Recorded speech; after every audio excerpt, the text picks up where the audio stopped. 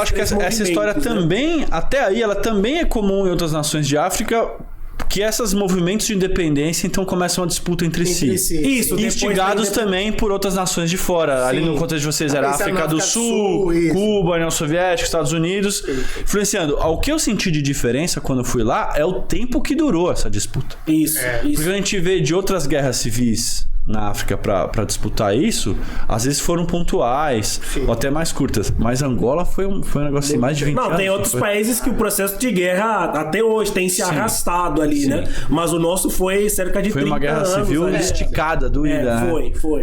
Foi. Então é uma igreja que ela tem que começar a caminhar assim, com a liderança local, agora, 1, 2, 3, amadurece e vai, mas ainda num contexto de trauma, né? Sim. De dor, de guerra civil. E no meio disso, você tem a parte da liderança, por exemplo, é um grupo étnico.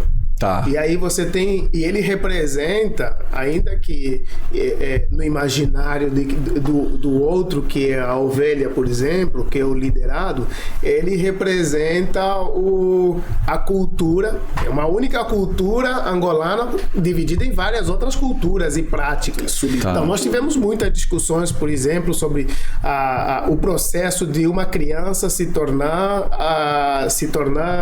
nas culturas gregas antigas seria uma pré-emancipação. Né?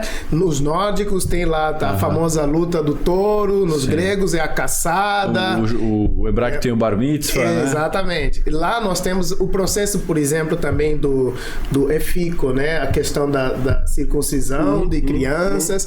Então, algumas culturas, não, beleza, vamos fazer isso, temos que fazer nossa identidade. Outras culturas, não vamos fazer assim. Alguns mais influenciados, inclusive, pelo o pastor estrangeiro, o missionário estrangeiro e tal. Então você também tem esses conflitos internos dentro da igreja, conflitos de culturas diferentes dentro da mesma cultura, né?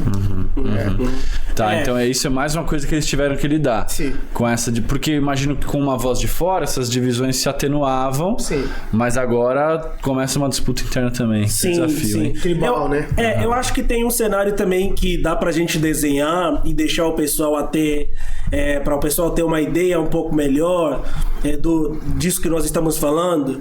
Você até 1900 praticamente você não tem muitos pretos, por mais que os pretos são considerados indígenas ainda, né? Porque Angola se encontra sob domínio de Portugal, então você não tem muitas mentes influentes nesse sentido.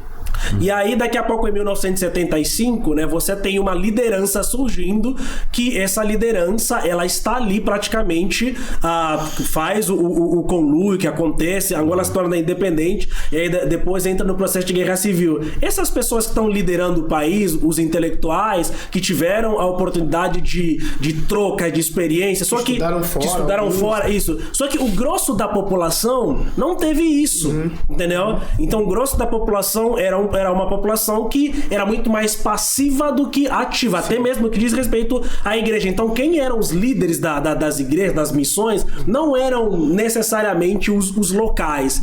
Então, nesse processo de ruptura, a igreja sofre muito. Você não tinha uma liderança formada. Isso, porque você não tem uma liderança formada. Então, entra nesse processo de caos, porque, cara, você não tem uma liderança já formada, robusta, né? Nós começamos a ter lideranças formadas agora na década de 80, né? Que é o João César, o reverendo Luiz Guimbe, então que é essa geração. E são também os que retornaram, os que voltaram. Os retornados, né? De países como Brasil, Portugal, Zâmbia, alguns foram estudar para Zâmbia. Namíbia, Zâmbia, é verdade. Então, a geração de intelectuais que nós temos, de líderes cristãos, uma geração de 60, 70 anos.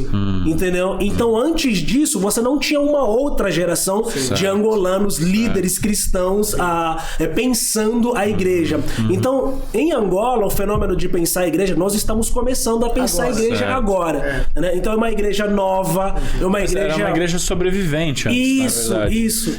Eu fico imaginando o tamanho da porrada, né? Não ter uma liderança formada,